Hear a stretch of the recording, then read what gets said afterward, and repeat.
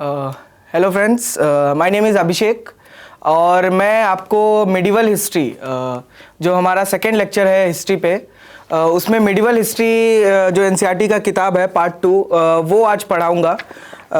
उसमें बेसिकली जो first chapter है through the eyes of travellers, इस चैप्टर में हम समझेंगे कि जो लोग ट्रैवल कर रहे थे, for example the traders, merchants, soldiers और कुछ लोग बस एडवेंचर के लिए ट्रैवल करते थे, उनके आइज में कैसे इंडिया का परसेप्शन बना था। तो it is basically the perception of the travellers, they how they described India or the society or the economy or the religious practices of the people. So in this chapter basically NCERT has discussed about three major travelers which ranges from 11th century to 17th century. The first one is Al-Biruni. Al-Biruni was a person who was born in Uzbekistan, but he was brought to Ghazna by Mahmud of Ghazni as a hostage. फिर जब पंजाब का reason, उस time जो Indian सब continent था, उस time जब पंजाब का रीजन गजना एम्पायर के अंदर आ जाता है, उस समय Al-Biruni started travelling across the Punjab और उस एरिया में। So what happens, Al-Biruni Brahmins, priest, उनके साथ एक बहुत लंबा समय व्यतीत करते हैं। He spends a lot of time with the priest, scholars and जो उन्होंने किताब लिखा है उस किताब का नाम है किताबुल al Hind. The second writer which is discussed in this NCERT book is Ibn Battuta. Ibn Battuta was a traveler. He was not basically, उनको कुछ religion और उसके पसूट से वो नहीं आए थे। He was a traveller from Morocco, जो कि when he came to Delhi, Muhammad bin Tughlaq was ruling Delhi at that time and he reach the court of Muhammad bin Tughlaq and he was made qazi, basically जज टाइप का और justice. He was made qazi और the chief जज और chief justice of Delhi. After that Muhammad bin Tughlaq threw him into the prison. कुछ miscommunication के बाद he was reverted back to the position and he was asked by Muhammad bin Tughlaq to travel to China on his envoy for the Mongols. So Ibn Battuta has traveled a lot across Indian subcontinent from Delhi, Malabar, Maldives, उसके बाद वो श्रीलंका जाते हैं, उसके बाद वो China भी जाते हैं and at last he went, वो वापस चले जाते हैं to his native place. So, and the third traveler which is discussed at large in this NCERT first chapter is Bernier, Francis Bernier. He was a doctor and philosopher and he was a Frenchman. So he came to India when Shah Jahan was ruling, and he was a personal physician to Dara Shikoh, the brother of Aurangzeb or the eldest son of Shah Jahan. So ये कुछ चीज़ें हैं which have been discussed. दो तीन travellers जो discuss किए गए हैं at large. The first is Al-Biruni. जो चीज़ हमें याद रखनी है अपने एग्जाम के लिए, Al-Biruni was from Uzbekistan. He has written a book Kitabul al Hind and he came to India in 11th century. The second is Ibn Battuta. He has written the book Rihala. He came to the court of Muhammad bin Tughlaq in Delhi. He was made the chief Qazi at that time, and after that he traveled to China when Muhammad bin Tughlaq asked him. He traveled through Malabar, Maldives, Sri Lanka, Assam, Bengal. और ये चीज़ें हमें अपने exams के लिए ज़्यादा ज़रूरी हैं। One thing, another thing that is important is the port in China he reached, that is ज़ैतून। ये भी एक क्वेश्चन है जो आपसे पूछा जा सकता है। Another major question which can come is actually Ibn Battuta never wrote Rihla, he dictated it. So when he went back to his native land, the person who wrote his dictation was Ibn Juzi. ये आप लोग point out करके रखें, ऐसे question CUET में पूछे जा सकते हैं। उसके अलावा चैप्टर में बहुत सारे और भी ट्रैवलर्स हैं जिनका नाम वहाँ पे बताया गया है, या फिर वो कौन से कोर्ट गए, कौन से एम्पायर के कोर्ट में गए हैं, कौन से राजा के कोर्ट में गए हैं, और वो सब बहुत ब्रीफली डिस्कस्ड है. The main things we have to focus on is on Al-Biruni, Ibn Battuta and Francis Bernier. So I'll start with Al-Biruni. Al-Biruni was very fluent in languages. He knew Syriac, Persian, Arabic, Hebrew and Sanskrit, and even Greek also. So he has translated Patanjali's work, that is Patanjali's work on grammar into Arabic. He also translated Euclid's work into Sanskrit. So he is a guy who knows a lot of languages. And he was involved in the religious practices or the philosophical text of India basically, or the Hindu mythology. So he is associated with a lot of Puranas, Vedas, Brahmanas, Upanishads. So अगर आपसे CUT में question पूछा भी जाता है, for example जो last time एक question आया था कि which of the authors, which of the travelers has discussed about the post offices in India during medieval times. The options were Al-Biruni, Ibn Battuta, Bernier, and for example Abdul Razak Samarkandi. सो यहाँ पे एक चीज़ important रखने वाली ध्यान में ये है, if the question was कि किसने philosophical ideas, religious practices, for example caste system और इन चीज़ों पे कमेंट किया है, तो आप याद रखें अगर ऐसा कोई मिडिवल इंडिया से इस चैप्टर से क्वेश्चन आना है तो remember that it can be Al-Biruni. He deals with these all types of topics. So what Al-Biruni has written, एक तो चीज़ उन्होंने जो अपने वर्क्स में बहुत मेजरली लिखी है, that is the barrier of Sanskrit, the learning of Sanskrit. क्योंकि शब्द बहुत अलग हैं, Arabic and Persian could not be translated into Sanskrit और वाइस वर्सा. वो एक इनके लिए बैरियर रहा when he was learning from Brahmins, from priest. The second barrier which Al-Biruni tells is difference in religious beliefs in the Indian land. And the third barrier is the self absorption और इंसुलैरिटी.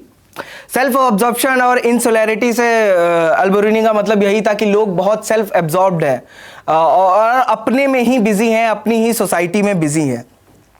So he wanted to understand the Indian society. He cited in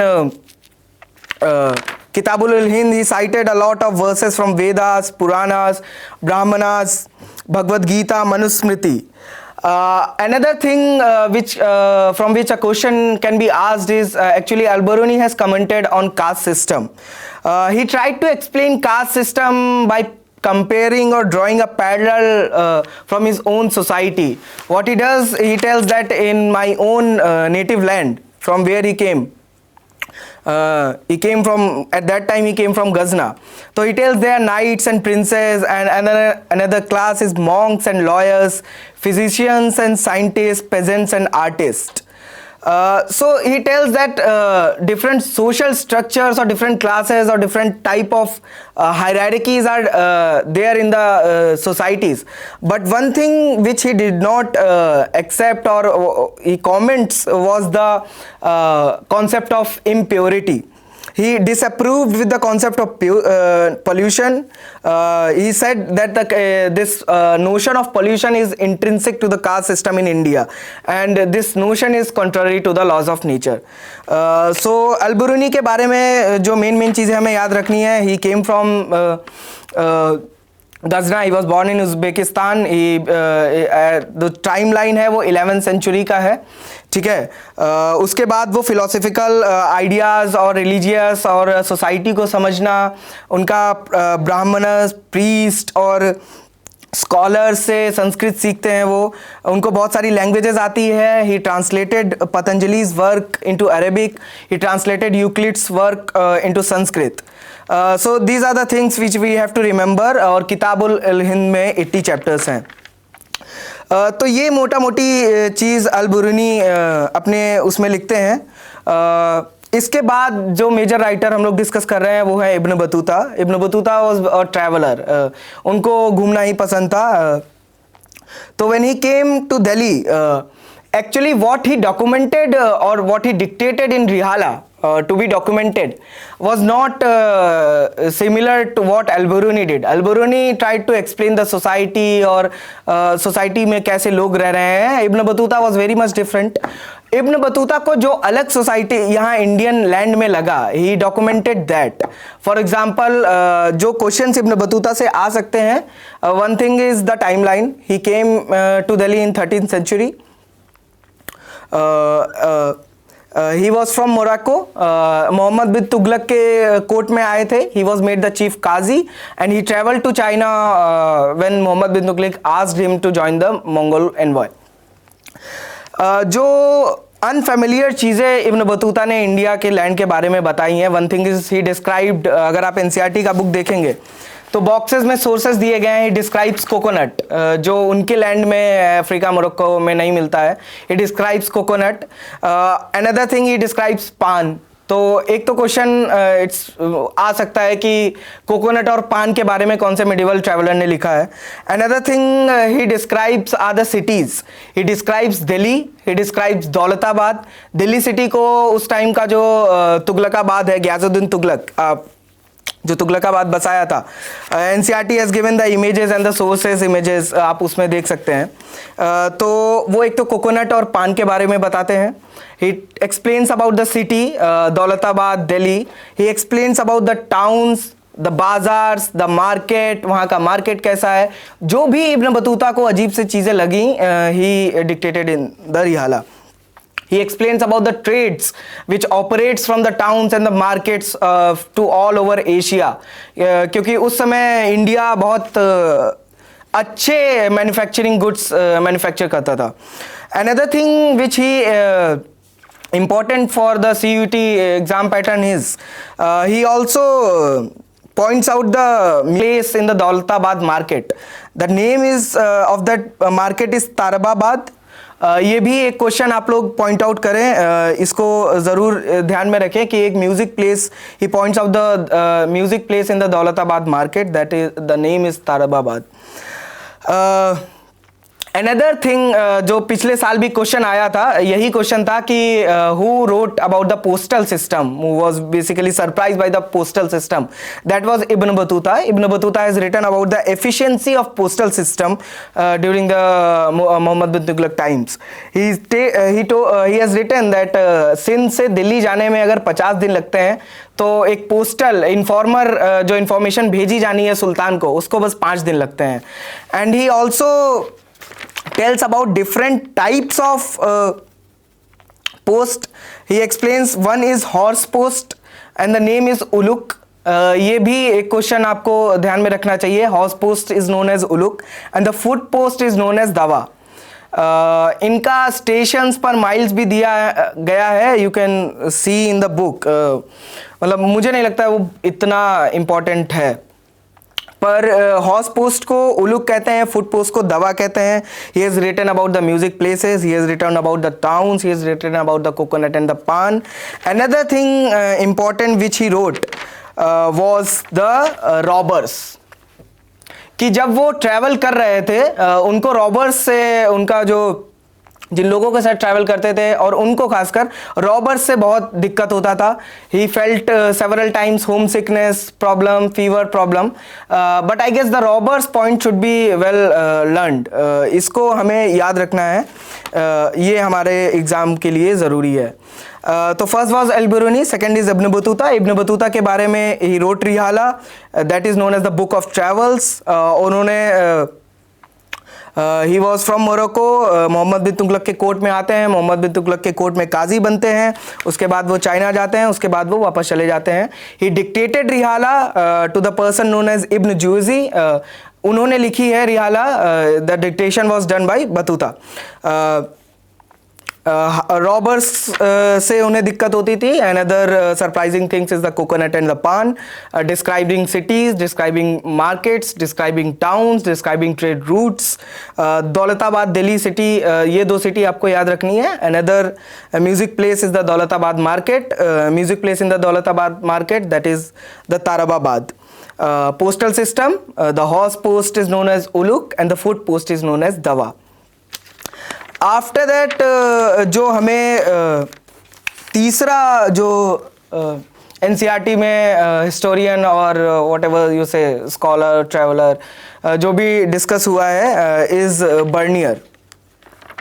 सो अगर आप देखेंगे I explain you कि अल-बिरूनी का जो interest था was different from Ibn Battuta और vice versa. Ibn Battuta was उनको जो नया चीज़ें दिख रहा था इंडिया में, he was very keen interested in those.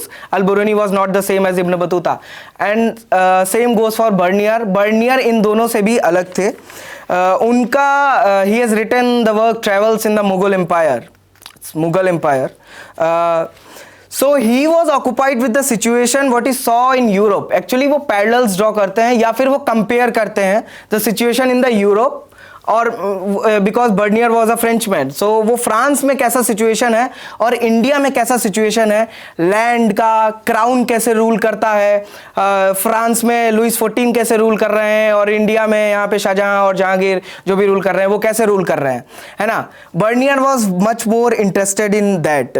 He tried to, मतलब उनको पॉलिसी लेवल चीज़ें डिस्कस करना बहुत अच्छा लगता है कि ऐसे पॉलिसी होना चाहिए, ऐसे पॉलिसी होना चाहिए, या फिर जो इंटेलेक्चुअल इंटेलिजेंसिया है उनसे उनको बताना कि ऐसे होना चाहिए, फ्रांस में ऐसे होता है, यूरोप में ऐसा होता है.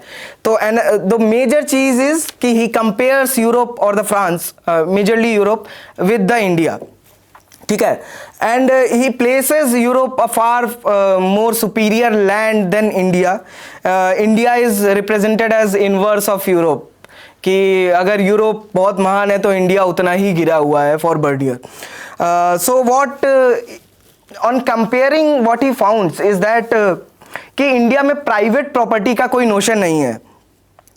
Actually Bernier could not understand what was the zamindari system और what was the jagirdari system, what was the mansabdari system, क्योंकि सेम लैंड जागीरदार का भी है, सेम लैंड पे प्राइमरी जमींदार भी है, सेम लैंड पे मनसबदार भी है. तो it was very confusing for him and the crown is getting the tax from there. तो Bernier was very much confused about that and he wrote that all the land belongs to the state. For this statement he was wrong.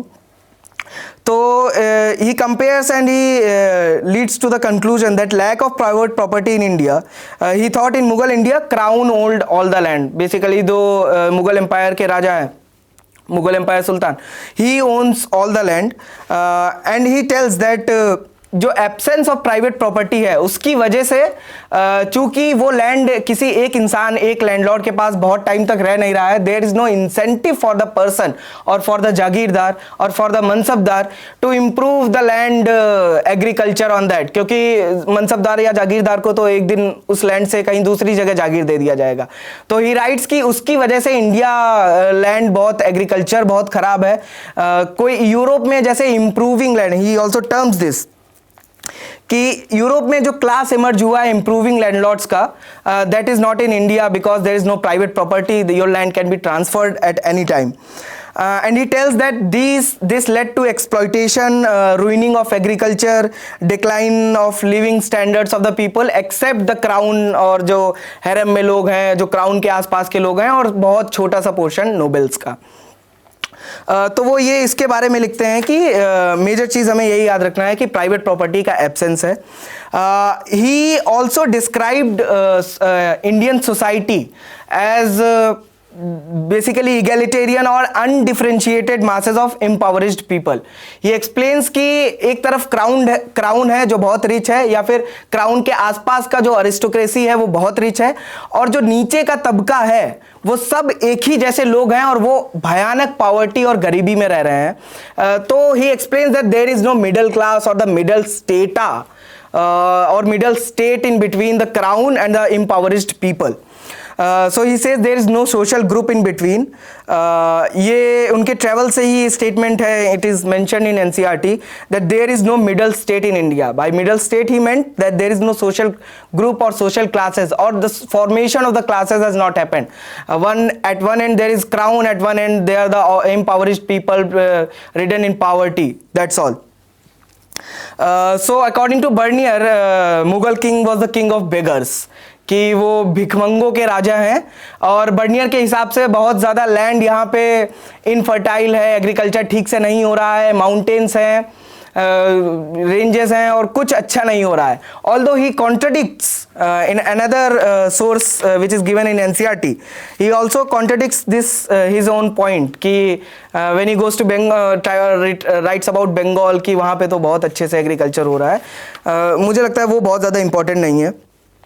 So what Bernier is very important because Bernier highly influenced the Western ideas about India or Western thinking about the Asia or the Indian subcontinent. For example, this Enlightenment French philosopher Montesquieu was highly influenced by Bernier, or Montesquieu developed the idea of Oriental despotism. Orientalism आप लोग modern में पढ़ेंगे ही, ठीक है. Modern का lecture जो हमारे लिया जाएगा उसमें ओरिएंटलिज्म आपको बताया जाएगा. But I will explain what is oriental despotism. Montesquieu since he heavily relied on Bernier what to understand Indian native land.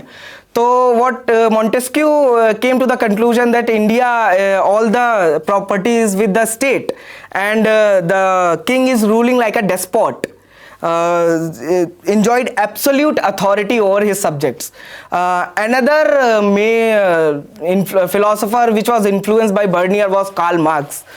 Karl Marx was writing in London library, and whatever sources he had, he wrote about India. So Bernier wrote that there is no private property.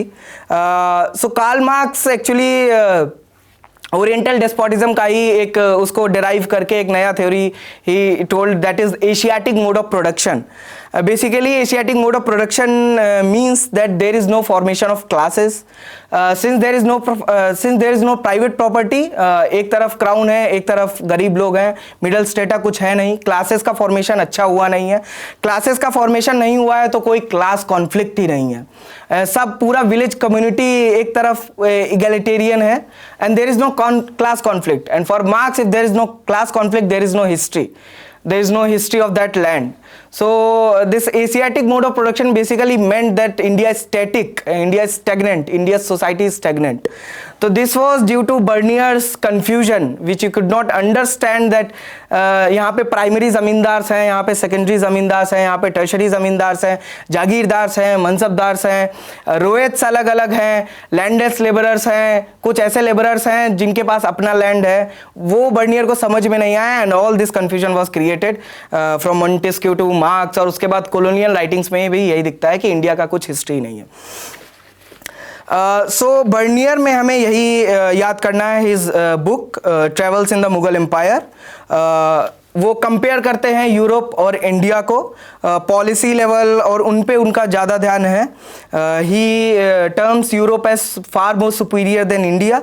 और private property का point बहुत important है, ये CUT में आ ही सकता है कि which of the travellers has written that there is no private property और there is no formation of classes, there is no middle strata, और डायरेक्ट स्टेटमेंट आ गया there is no middle state in India.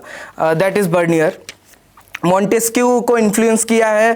Karl Marx was heavily influenced by Bernier when he was writing about the Asiatic mode of production. This we have to remember. Bernier has also written on sati. Sati के बारे में भी उन्होंने लिखा है, ये भी चीज़ हमें ध्यान रखनी है. Along with that women question और स्लेव्स पे पिछले साल ये क्वेश्चन आया था कि who has written about the slaves during medieval India, कि स्लेव्स का काम होता था लोगों के डोला उठाना. This was Ibn Battuta. This is the second last page of this chapter, actually second to second last page. यहाँ पे इब्न बतूता है. Other than this, there is no much more factual information. तीन major writers और travellers को discuss किया गया है. Slave women के बारे में इब्न बतूता ने लिखा है, ये हम लोगों को ज़रूर याद कर रखना है. And another thing, last time जो क्वेश्चन आया भी था और इस साल भी ज़रूर क्वेश्चन आना ही चाहिए, is this some travellers who left accounts. We will also provide you with a better table, but इसको ज़रूर ध्यान में रखें क्योंकि अलॉन्ग विद द चैप्टर वहाँ पे बहुत सारे ट्रैवलर्स हैं जो डिस्कस किए गए हैं, बस उनका नाम दिया गया है और पिछले साल ये क्वेश्चन आया भी था. तो starting from the 11th century there is Al-Biruni. Coming in the 13th century there is Marco Polo, who was from Italy. Al-Biruni was from Uzbekistan. Ibn Battuta was from Morocco. Coming to the 14th century there was Abdur Razak Samarkandi, who was from Samarkand. There is Nikitin, who visited Vijayanagar Empire. This Abdur Razak Samarkandi and Nikitin both visited Vijayanagar Empire, and Nikitin was from Russia. After that, when we come to 16th century, this Abdur Razak and Nikitin visited in 15th century. In 16th century, there is Barbosa, there is Sayyid Ali Reis, there is Montserrat. Barbosa from Portugal, Sayyid Ali Reis from Turkey, Montserrat from Spain. These all visited in 16th century. Barbosa also visited Vijayanagar Empire. When we come to 17th century, there is Peter Mundy, Bernier. Another important traveler which is equivalent to Bernier is Tavernier. He was also from France. Peter Mundy from England, Bernier from France. So this is all for this chapter. Thank you.